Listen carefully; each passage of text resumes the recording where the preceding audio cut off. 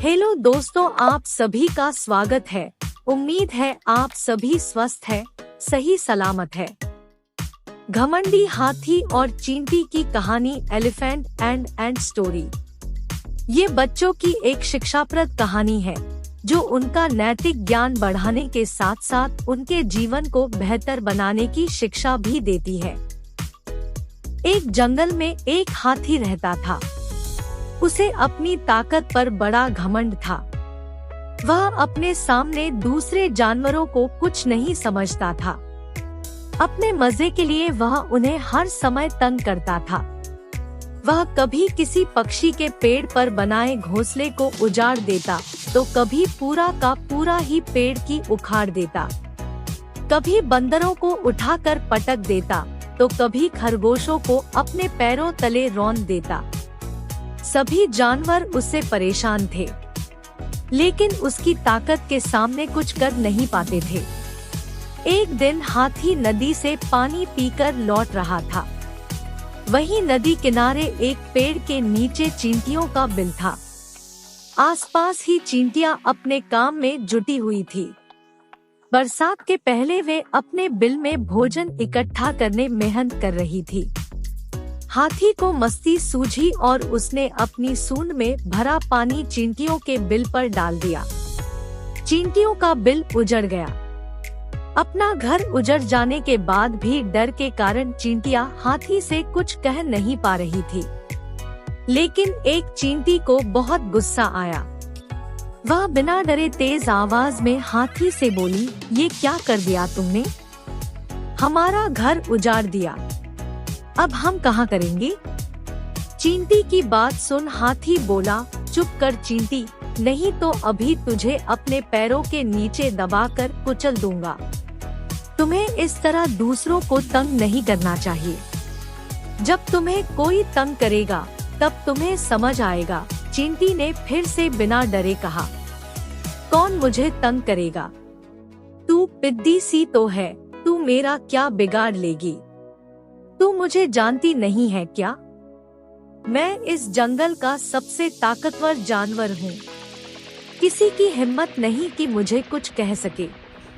तूने पहली बार ये गलती की है, इसलिए माफ कर रहा हूँ। आइंदा ध्यान रखना, नहीं तो मारी जाओगी, हाथी धमकाते हुए बोला।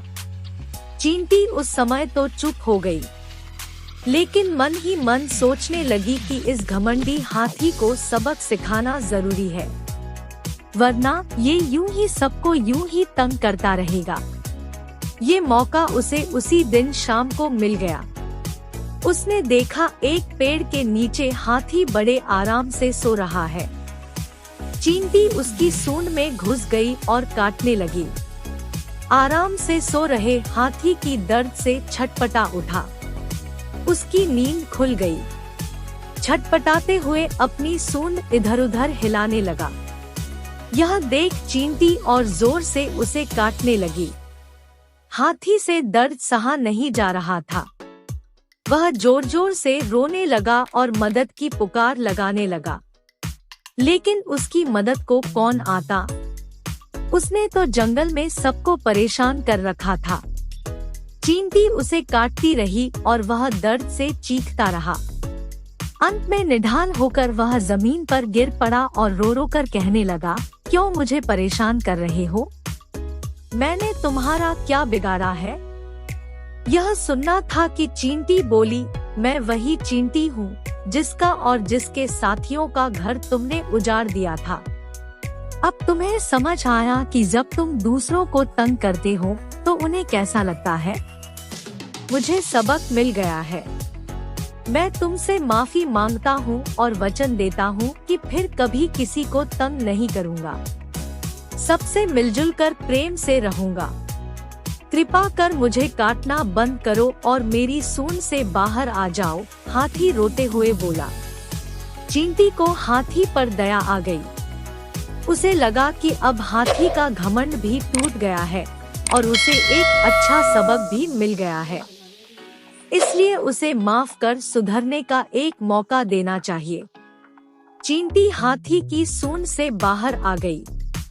हाथी की जान में जान आई। उस दिन के बाद से हाथी सुधर गया। उसने जंगल के सभी जानवरों से अपने किए की माफी मांगी और वादा किया कि वह अब उन्हें कभी तंग नहीं करेगा। जानवरों ने उसे माफ कर दिया और उससे दोस्ती कर ली। हाथी भी सबका दोस्त बनकर बहुत खुश हुआ। सब जंगल में मिलजुल कर रहने लगे। सीख: कभी घमंड नहीं करना चाहिए। घमंडी का घमंड कभी न कभी जरूर टूटता है।